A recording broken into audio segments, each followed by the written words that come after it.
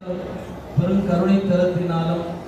நம்முடைய நாயன்மாருடைய குருவருளும் முன்னின்று அருள் செய்ய வாதவூர் அடிகள் திரு அவதாரம் செய்திருக்கின்ற திருவாதவூர் என போற்றப்படுகின்ற இந்த புண்ணிய தலத்தில் நம்முடைய பெரியவர்கள் மணிவாசக பெருமானுக்கு அற்புதமான ஒரு ஆலயத்தை அமைத்து பன்னெடும் காலமாக வழிபாடுகள் தொடர்ந்து செய்து வந்த நிலையிலே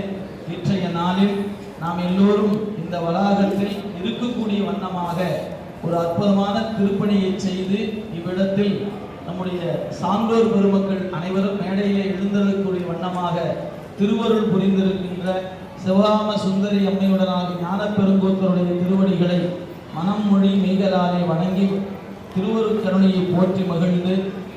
நாளில் இந்த அரங்கம் பிறப்பு விழா செய்வதற்கு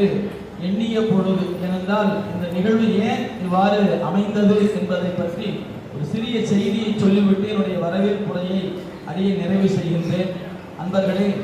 இந்த அரங்கமானது திருவாசகத்தை தொண்டர் பெருமக்கள் இங்கு வந்து தங்கி படிப்பதற்கு ஏதுவாக 365 நாட்களும் இந்த வளாகத்தில் திருவாசகம் படிக்க வேண்டும் என்று கருதி இந்த வளாகமானது அமைக்கப்பட்டிருக்கிறது. ஏனென்றால் இன்றைக்கு தமிழகத்தில் திருமுறை பாராயணத்தில் திருவாசகம் தான் முதல் இடத்தில் இருப்பது. இன்றைக்கும் கூட எங்காவது ஒரு பகுதியில் ஒரு திருக்கூட்டம் இன்று பாராயணத்தை செய்து கொண்டே இருக்கக்கூடிய ஒரு அற்புதமான நூலாக இருப்பது திருவாசகம்.